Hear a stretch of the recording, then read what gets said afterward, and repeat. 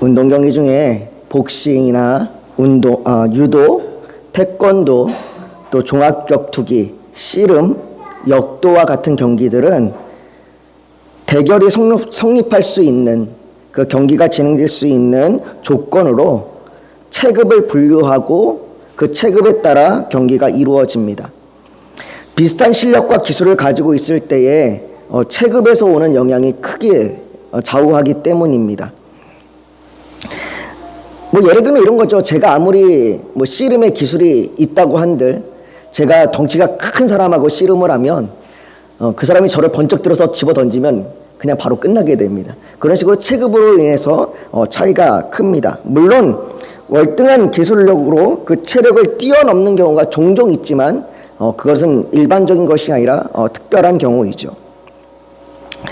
저는 이런 경우를 어려서부터 좀 많이 겪었던 것 같습니다. 저는 어려서부터 같은 또래에 비해서 체격이 작았습니다. 항상 학교에 저희 때는 이제 키수로 번호를 정하기 때문에 1번은 항상 저에게 정해져 있는 그런 번호이기도 했습니다. 제가 체격이 또래에 비해서 작다 보니까 학교 체육 시간에 또는 친구들과 운동하는 그 운동 시간에 운동을 하면 체급의 차이가 클 수밖에 없습니다. 무슨 경기를 하든 제가 이기는 것은 어려운 일이었습니다. 그런데 하필이면 제가 좋아하는 운동이 농구였습니다. 농구는 키로 인한 차이가 많은 결정력을 주는 경기입니다. 농구를 좋아하는데 저의 키로는 골을 넣을 때보다 넣지 못할 때가 훨씬 많습니다. 간혹가다 골을 넣기도 하지만 그 간혹가다 들어가는 골의 기쁨을 승리로 이어지는 경우는 거의 없었습니다. 사실 제 키로 농구를 한다는 것이 말도 안 되는 거죠. 오늘 본문도 이처럼 엄청난 체급의 차이를 보이는 싸움이 등장합니다. 이제 출애굽기 5장부터 본격적으로 출애굽의 여정이 시작됩니다. 오늘 본문부터 홍해바다를 건너게 되는, 이스라엘 백성들이 홍해바다를 건너게 되는 출애굽기 14장까지 계속해서 바로와 싸움이 이루어지는, 그 바로와의 싸움이 이어지게 됩니다. 사실 하나님과 바로와의 싸움이라는 이 설정 자체가 너무나 이상한 이야기입니다. 천지 만물을 창조하시고 모든 것을 주관하시는 전능하신 하나님께서 고작 한 나라의 왕과 싸운다는 것이 말도 안 되는 거죠. 하나님께서는 언제라도 바로의 생명을 거두실 수 있으시고 애굽의 재앙을 일으키셔서 애굽을 완전히 망하게 하실 수 있으십니다. 하나님께서 굳이 10가지의 재앙의 10가지를 내리실 필요도 없으시고 처음부터 애굽의 장자들을 다 죽여버릴 수도 있는 일입니다. 어쩌면 그렇게 하셨더라면, 차라리 처음부터 애굽의 장자를 치셔서 아예 애굽을 멸하셨다면 오늘 본문에서처럼 이스라엘 백성들의 노동이 더 가중되는 일도 없었을 겁니다. 그렇다면 하나님께서는 왜 이 말도 안 되는 싸움을 하시는 것일까요? 왜 지금 당장 출애굽시키지 않으시고 이스라엘 백성들의 노동이 가중되는 이 어려움을 겪게 놓아두시는 것일까요? 출애굽기는 단순히 애굽의 종으로 있던 이스라엘을 구원하는 이야기가 전부가 아닙니다. 물론 이스라엘을 구원하는 이야기를 통해서 그의 백성을 구원하시는 하나님을 볼 수 있습니다. 그러나 그것이 전부가 아닙니다. 이것과 더불어서 출애굽기가 강조하고요, 또 출애굽기가 보여주는 것은 하나님이 누구신가라는 거예요. 하나님이 어떤 분이신가라는 것을 보여주고 있는 겁니다. 여호와 하나님께서 단지 이스라엘 민족이 섬기는 그 한 지역의 신이 아니라 한 민족이 섬기는 그 민족의 신이 아니라 온 우주 만물을 창조하시고 다스리시며 그 여호와 하나님께서 마땅히 사람들로부터 예배를 받으시기에 합당하신 분이다라는 것을 알려주는 것이 출애굽기입니다. 하나님께서는 이 말도 안 되는 바로와의 싸움을 통해서 이것을 나타내시는 것입니다. 그러면서 이스라엘에게 그리고 우리에게 너희는 누구를 섬길 것인가 선택하라고 말하는 거예요. 너희가 바로를 섬길 것인가 하나님을 섬길 것인가 선택하라고 그렇게 우리에게 질문을 던지고 있는 겁니다. 오늘 본문 1절은 그 후에 모세와 아론이 바로에게 가서 이르되 이스라엘 하나님 여호와께서 이렇게 말씀하시기를 내 백성을 보내라. 그러면 그들이 광야에서 내 앞에 절기를 지킬 것이니라 하셨나이다 라고 말합니다. 우리는 모세와 아론이 어떻게 이 당시에 가장 강력한 군주 중 한 사람인 바로 앞에 서게 되었는지 알 수 없습니다. 그리고 하나님께서 출애굽기 13장 18절에 너는 그들의 장로들과 함께 애굽 왕에게 이르기를 이라고 말씀하신 것과 같이 장로들과 함께 섰는지 아니면 모세와 아론 둘만 섰는지 그거조차도 알 수 없습니다. 그러나 1절에서 중요한 것은 모세가 바로에게 하나님 여호와를 알리고 있다는 겁니다. 그 하나님께서 내 백성을 보내라 라고 말합니다. 여러분, 이것이 바로의 입장에서는 매우 황당한 일입니다. 재물이 많은 것도 아니고 권력이 있는 것도 아닌 보잘것없는 노인 둘에게 애굽의 왕이 아량을 베풀어서 자리를 마련해 주었더니 생전 듣도 보도 못한 신의 이름을 대면서 그 신의 명령으로 자기의 백성들을 데려가겠다고 하는 이 말이 얼마나 황당한 일입니까? 여러분, 누군가가 여러분에게 와갖고 알지도 못하는 신의 이름을 대면서 그 신이 명령했다고 제사를 바치라고 한다면 여러분들이 네 알겠습니다. 그런 신이 내게 그렇게 명령하셨군요. 여기 있습니다 라고 그렇게 제사를 바치실 분이 누가 있겠습니까? 어떤 사람이 그렇게 하겠습니까? 아마 여러분들이 미친 사람 아닙니까? 당신 미친 사람 아니에요? 라고 그렇게 쫓아버리지 않겠습니까? 그러니까 바로의 입장에서는 지금 모세의 말은 애굽에 수많은 신이 있고 자신도 신과 같이 역임을 받는 그 권세를 가지고 있는데 자기가 알지도 못하는 그 여호와라는 신의 이름을 대면서 자기의 것을 뺏어가려고 하는 그런 경우입니다. 그래서 2절에 바로가 뭐라고 얘기하냐면 바로가 이르되 여호와가 누구이기에 내가 그의 목소리를 듣고 이스라엘을 보내겠느냐? 나는 여호와를 알지 못하니 이스라엘을 보내지 아니하리라 라고 말합니다. 여호와가 누구냐? 나는 그런 신의 이름을 들어본 적도 없고 그런 신을 알지도 못한다. 여기에 나는 여호와를 알지 못하니 라고 하는 말은 그것이 나에게 전혀 중요하지 않다. 그런 신이 있는지조차도 모르겠고 여호와가 어떤 신인지 나에게 중요하지도 않고 관심도 없다라고 얘기하는 거예요. 심지어 9절에는요.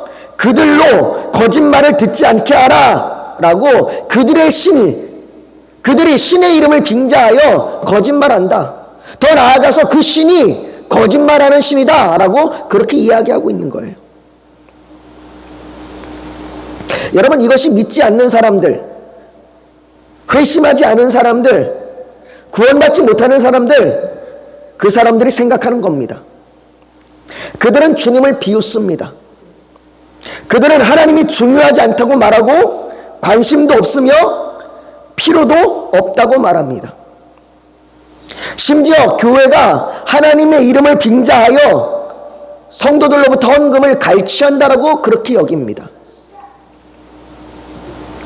그래서 바울은 고린도전서 2장 14절에 육에 속한 사람은 하나님의 성령의 일들을 받지 아니하나니 이는 그것들이 그에게는 어리석게 보임이요 또 그는 그것들을 알 수도 없나니 그러한 일은 영적으로 분별되기 때문이다 라고 말합니다.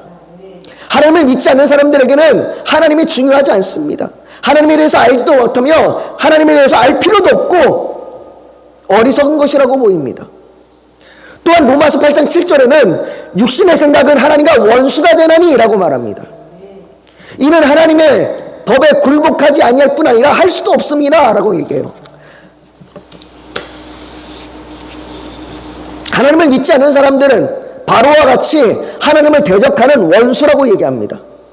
하나님과 싸우겠다고 대적하는 사람들이라고 얘기합니다. 하나님에 대해 관심도 없고 하나님에 대해서 알 필요도 없으며 그것들이 내게 전혀 필요하지 않더라고 오히려 그것들이 거짓말하는 자라고 비웃으며 대적한다라고 이야기하고 있는 거예요. 아마도 여러분들 중에 자신이 하나님과 원수가 된다고 생각하시는 분은 없을 겁니다. 적어도 교회에 다니고 있고 어느 정도 선을 베풀면서 살아가고 있고 남들에게 해를 끼치지 않고 살아가니 하나님과 원수가 된다고 생각하지 않을 것입니다. 그러나 그 정도로는 안 됩니다. 요한일서 5장 10절에 보면 하나님의 아들을 믿는 자는 자기 안에 증거가 있고 하나님을 믿지 아니하는 자는 하나님을 거짓말하는 자로 만드나니 이는 하나님께서 그 아들에 대하여 증언하신 증거를 믿지 아니하였습니다 라고 말합니다. 성부, 성자, 성령 삼위일체 하나님을 믿지 아니하고 하나님께서 예수 그리스도를 통하여 십자가에서 죽으시고 부활하심으로 우리의 죄를 사하시고 우리에게 영생을 주시며 하나님의 자녀의 권세를 주셔서 성령으로 말미암아 능히 그렇게 살도록 인내하도록 도우신다는 사실을 믿지 아니하는 사람은 하나님을 거짓말하는 자로 만듦으로 바로와 같이 하나님과 대적하여 싸우는 것이라고 말합니다. 그러니까 내가 교회에 다니고 있다고 해서 내가 선을 베풀고 있다고 해서 내가 적어도 예배를 드리고 있다고 해서 나는 하나님과 원수가 아니야 라고 생각한다는 것 그 정도가 아니라 그 이상이라고 얘기하는 거예요. 너희가 예수 그리스도를 믿지 않는다면 너희가 예수 그리스도의 그 십자가의 부활과 증거를 믿지 않는다면 너희가 여전히 하나님과 대적하여 싸운다라고 얘기하고 너희가 바로와 같다라고 얘기하고 있는 것이에요.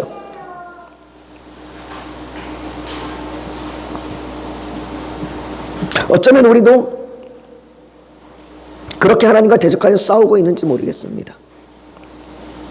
그리고 사실 이 말도 안 되는 싸움을 걸고 있는 것은 하나님이 아니에요. 이 말도 안 되는 싸움에 덤비고 있는 것은 바로입니다. 하나님과 원수가 되어 마치 하나님이 아무것도 아니라고 허세를 부리며 덤비고 있는 거예요. 이 세상이 그렇잖아요. 하나님 없이도 내가 살 수 있습니다. 하나님 필요 없습니다라고 그렇게 하나님 앞에 허세를 부리면서 하나님과 덤비고 있고 하나님과 싸우고 있는 거예요. 이 허세가 어디서부터 나옵니까? 이 허세는 자기 숭배로부터 나옵니다. 오늘 본문 1절을 다시 보십시오. 오늘 본문 1절에 모세가 내 백성을 보내라 라고 말하면서 그 뒤에 뭐라고 얘기하냐면 그러면 그들이 광야에서 내 앞에 절기를 지킬 것이니라 하셨나이다 라고 말합니다. 내 백성을 보내라 라는 말이 이스라엘 백성들을 애굽에서 완전히 나가게 하라 라는 말이 아니고 절기를 지키고자 한다. 다시 말해 예배하고자 한다 라고 얘기합니다. 우리가 예배하러 잠깐 갔다 오겠습니다. 우리가 예배할 수 있도록 허락해 주십시오. 그렇게 말하고 있는 거예요. 3절은 이에 대해서 더 구체적으로 말하기를 우리가 광야로 사흘길쯤 가서 우리 하나님 여호와께 제사를 드리러 하오니 가도록 허락하소서라고 말합니다. 그렇게 우리에게 6일 정도, 가는 길 3일, 오는 길 3일, 6일 정도로 허락하셔서 우리가 예배를 드릴 수 있도록 하나님을 숭배할 수 있도록 우리에게 허락하소서라고 얘기하는 거예요. 여러분, 애굽이라고 하는 땅은 신에게 제사를 드리는 것이 익숙한 땅이에요. 애굽은 다신론 국가입니다. 애굽에는 수많은 신들이 있고 그 왕조차도 신으로 여길 정도로 수많은 신을 섬기고 있는 다신론 국가입니다.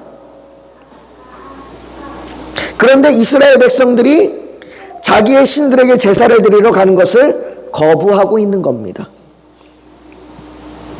하나님께 예배하지 말라는 것이고 하나님을 숭배하지 말라는 겁니다. 다른 신들에게 다 숭배하는 거 괜찮다. 다른 신들에게 예배하는 거 괜찮다. 나에게 숭배하는 거 괜찮다. 그러나 하나님께 예배하지 말라라고 얘기하는 거예요. 반대로 하나님을 숭배하지 말라라고 얘기하는 것은 다른 것을 숭배하라는 겁니다. 하나님을 숭배하지 말라는 것이 어떻게 다른 것을 숭배하라는 말이 될 수 있을까요? 어떤 사람들은 나는 종교가 없습니다. 나는 아무것도 믿지 않습니다. 나는 무신론자입니다. 라고 말합니다. 현대에 들어서 오늘날에 자신을 무신론자라고 말하는 사람들은 더욱 많아졌습니다. 그러나 무신론자는 자기가 원하는 것을 얻기 위한 신과 같은 외부의 대상을 숭배하지 않고 신이 없어도 자기가 스스로 원하는 것을 이룰 수 있다는 자기 숭배를 하는 거예요. 그러니까 실질적으로 무신론자가 나는 아무것도 믿지 않습니다라고 얘기하는 것이 아니라 그 사람은 실질적으로 나는 나를 믿습니다라고 얘기하는 거예요. 이것을 잘 보여주는 것이 창세기 3장 5절입니다. 창세기 3장 5절에 사단이 하와에게 유혹하면서 이렇게 얘기합니다. 너희가 그것을 먹는 날에는 너희 눈이 밝아져 하나님과 같이 되며 선악을 알 줄 하나님이 아심이니라. 그러니까 선악과를 따먹는다는 것은 너희가 하나님을 숭배하지 말고 너희가 하나님과 같이 되라라고 얘기해서 너희가 너희 스스로를 숭배하라라고 얘기하는 자기 숭배를 강조하고 있는 겁니다. 이처럼 하나님을 숭배하는 것, 그것이 아니라면 그것은 자신이 되었든 다른 신이 되었든 하나님과 같이 여겨서 숭배하는 겁니다. 바로는 자기가 듣도 보도 못한, 그렇게 알지도 못하는 하나님보다 너희가 차라리 나를 숭배해라. 나를 숭배하는 것이 더 마땅하고 나를 숭배하는 것이 더 너에게 유익이다 라고 그렇게 얘기하고 있는 거예요. 바로는 하나님을 무시하고 거짓말하는 자로 비웃으면서 순종하지 않음으로 싸움에 달려들었고 이 싸움은 바로의 승리로 기우는 것처럼 보입니다.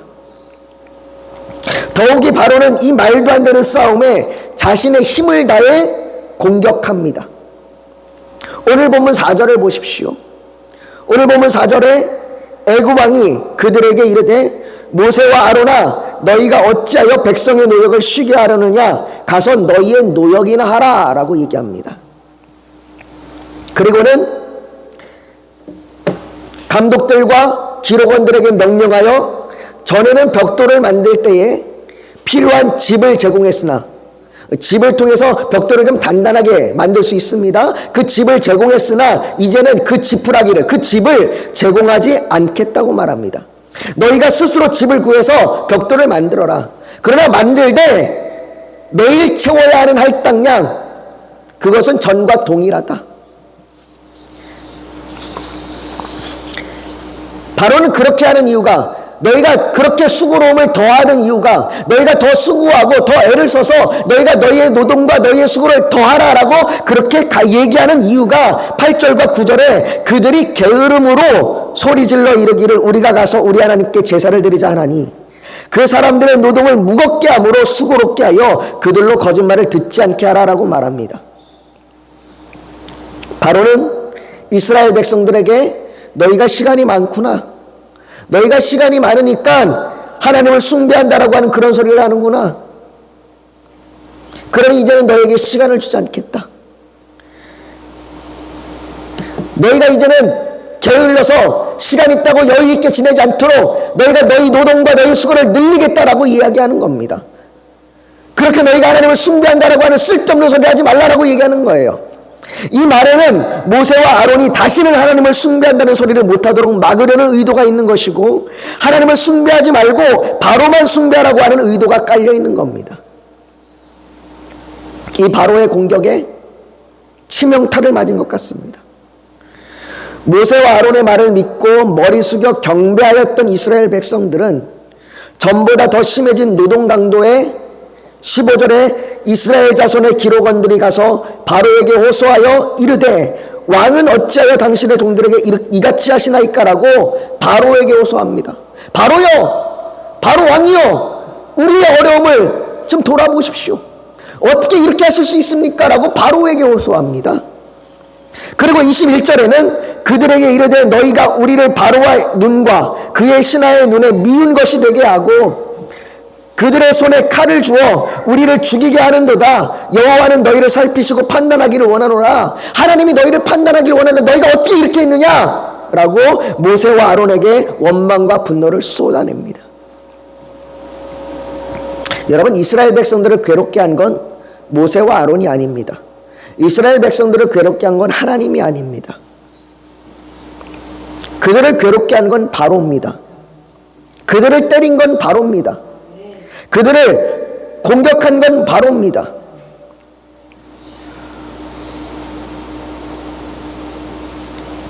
그런데 그들은 바로에게 탄원하고 모세와 하나님께 원망합니다. 그들은 바로에게 탄원할 것이 아니라 하나님께 탄원해야 하고, 그들은 모세와 아론을 원망할 것이 아니라 바로를 원망해야 합니다. 그러나 그들은 바로의 공격에 무참히 쓰러져 잘못된 선택을 하고 있는 거예요.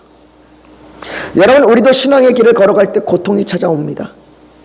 때로는 더욱 상황이 악화되기도 합니다. 이런 경우가 성경에서도 종종 있습니다. 대표적인 경우가 다윗과 같은 경우죠.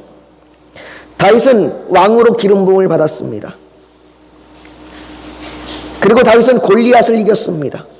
이때만 해도 하나님의 약속이 곧 이루어질 것 같았고, 다윗은 승승장구할 것 같았습니다. 그러나 오히려 다윗의 상황은 안 좋아졌습니다. 그는 사울 왕에 의해 쫓겼고, 그는 광야로 숨어들었고, 심지어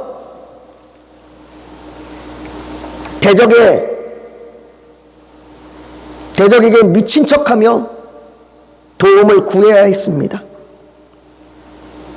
그러나 이런 상황에 다윗은 여전히 하나님을 의지합니다.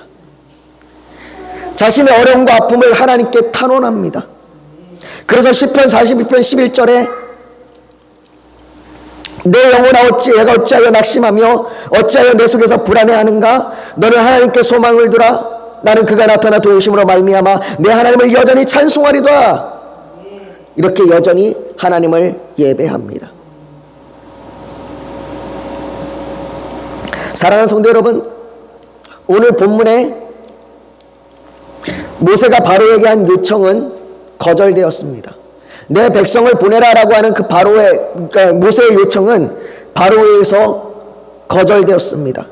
단순히 거절된 정도가 아니라 그에 따라 혹독한 대가를 이스라엘 전체가 겪어야 합니다. 바로의 공격이 무섭게 이스라엘 백성들을 때리는 것 같습니다. 바로의 공격이 바로가 하나님께 싸움을 건 그 싸움이 이기는 것 같습니다. 그러나 이 싸움은 말도 안 되는 싸움이라는 것을 기억하십시오. 이제 6장부터 쏟아질 10가지의 매서운 공격이, 매서운 재앙이 바로에게 쏟아질 것입니다. 그 재앙 앞에 바로는 꼼짝 못할 것이고, 그 재앙 앞에 바로는 하나님께 도움을, 하나님 앞에 구해달라고, 자비를 베풀어달라고 요청할 겁니다. 그가 여호와가 누구냐, 나는 여호와를 알지도 못한다고 비웃으며 거짓말하는 신이라고 그렇게 조롱하던 하나님께서 자신을 나타내실 것입니다. 바로가 믿던 모든 신을 무너뜨리실 것이고, 바로의 권세와 바로를 숭배하는 것이 얼마나 헛된 것인지를 나타낼 겁니다. 그로 말미암아 모든 자에게 진정 예배할 대상이 누구인지를 나타내실 것입니다. 사랑하는 성도 여러분, 예수 그리스도께서 골고다 언덕에서 십자가에 달리실 때 사단은 주님의 패배를 선언하며 기뻐했습니다. 제자들은 절망에 빠졌고 도망치고 숨어야 했습니다. 그러나 하나님께서는 죽은 자를 일으키시는 분이십니다. 무덤의 돌이 치워졌고 예수 그리스도께서는 부활하셔서 승리를 나타내셨습니다. 어쩌면 지금 바로의 공격과 같이 세상의 매서운 공격을 받고 계시는 분도 계실지 모르겠습니다. 거절과 실패와 고통이 가득하여 하나님을 원망하고 세상의 도움을 찾고 계시는 분도 계실 것입니다. 그러나 이 싸움을 싸우시는 분은 그 세상과 비교할 수 없는 하나님이시라는 것을 기억하십시오. 또한 이 싸움을 통하여 하나님께서는 우리가 그분을 더 알 수 있도록 인도하신다는 것을 기억하십시오. 그렇게 믿음으로 싸우며 나아가는 저와 여러분들이 되시기를 예수님의 이름으로 축복합니다. 우리가 오늘 이 말씀을 기억하며 같이 기도했으면 좋겠습니다. 여러분, 하나님께서 이 말도 안 되는 싸움을 허락하시는 이유는 그 싸움을 통하여 하나님이 자신을 드러내시고 마땅히 그분이 예배받으시기에 합당하신 분이라는 것을, 그분의 승리를 주시는 분이라는 것을 나타내시기 위함입니다. 이것은 우리의 삶에도 마찬가지입니다. 세상의 싸움이, 세상의 공격이 아무리 강할지라도 그 싸움은 말도 안 되는 싸움입니다. 강하신 하나님께서, 능하신 하나님께서 마땅히 이기시고 마땅히 승리하시는 싸움입니다. 그러나 그럼에도 불구하고 이 싸움이 이루어지는 이유는 우리로 하여금 하나님을 더 알게 하시고 믿게 하시게 하시는 하나님의 섭리입니다. 그렇게 우리에게 최후 승리를 믿는 그 믿음이 필요합니다. 우리에게 그 믿음을 달라고, 하나님, 우리가 그 믿음을 가지고 하나님께 나아가도록 우리를 인도해 달라고 우리가 이 시간 그렇게 주님 앞에 간절히 구하며 나아가기를 소망합니다. 우리 지금 같이 합심하여 기도하며 나아갑니다. 같이 기도하겠습니다. 여러분, 잠시 고개 숙여도 묵상하기를 원합니다. 오늘 하나님 앞에 세상의 공격이 매섭게 다가올지라도, 그래서 그 싸움이 우리를 고통스럽게 하고 실패와 낙심을 겪게 할지라도, 이 싸움은 만군의 구주와 싸우는 싸움이요, 말도 안 되는 싸움이요, 마땅히 우리 승리가 보장된 싸움이라는 것을 기억하십시오. 그럼에도 불구하고 하나님이 이 싸움을 허락하시는 이유는 이 싸움을 통하여 우리가 더 하나님을 알게 하기 위하신 하나님의 섭리라는 것을 기억하십시오. 그렇게 그 싸움에 우리가 믿음을 가지고 나아갑니다. 우리에게 믿음을 더 허락하여 주시옵소서. 그렇게 고백하고 결단하는 그 결단이 있다면 가슴에 손을 얹어 하나님 앞에 표현하길 원합니다. 또한 오늘 예배 가운데 하나님께 간절히 부르짖는 그 기도의 제목 소원이 있어서 주님께서 선한 길로 인도하시기를 믿고 나아가는 그 간구가 있다면 손을 포기해 얹기를 원합니다. 육신이 연약하면 연약한 곳에 믿음으로 손을 얹기를 원합니다. 오늘 하나님께서 성령으로 우리 사이를 운행하시며 우리를 만지시고 치료하여 주실 줄 믿습니다. 만군의 주시오, 거룩한 하나님, 능히 강하시고 능히 승리를 이끄시는 그 하나님께서 우리를 도우시고 우리의 힘이 되시고 우리의 승리를 마땅히 허락하실 줄 믿습니다. 아버지, 그러나 그럼에도 불구하고 하나님께서 이 싸움을 허락하시는 이유는 우리가 하나님을 더 알게 하기 위한 하나님의 은혜요 섭림을 믿습니다. 아버지, 그러니 우리에게 믿음을 허락하여 주시옵소서. 우리가 능히 그 믿음으로 나아갈 수 있도록 우리에게 믿음을 주시옵소서. 아버지 하나님, 우리가 선한 싸움을 싸우며 나아갈 때에 우리가 하나님을 더 알 줄 믿습니다. 우리가 하나님께 더 영광 돌리며 나아갈 줄 믿습니다. 아버지 하나님, 그렇게 결단하며 가슴에 손을 얹어 싸우니 주여 그 기도 가운데 함께 해주시옵시고, 또 우리의 기도 제목과 우리의 소원 가운데에 하나님의 선한 뜻을 나타내 보여주셔서 우리가 하나님의 뜻대로 부르짖으며 나아갈 수 있도록 우리를 인도하여 주시옵소서. 아버지, 우리의 연약한 부분이 있습니다. 우리의 마음이, 우리의 심령이, 우리의 정신이, 우리의 육신이 연약하여 하나님께 부르짖사오니 아버지 하나님, 우리를 고쳐주시옵시고 우리를 회복하여 주시옵소서. 아버지 하나님, 성령님, 우리를 능히 그렇게 만지실 줄 믿고 우리를 능히 치유하실 줄 믿으며 우리를 건지실 줄 믿습니다. 모든 것 주 앞에 올려드리오니 주께서 하나님의 뜻대로 우리 가운데 역사하여 주시옵소서. 모든 것 주 앞에 올려드리며 예수님의 이름으로 기도하옵나이다. 아멘.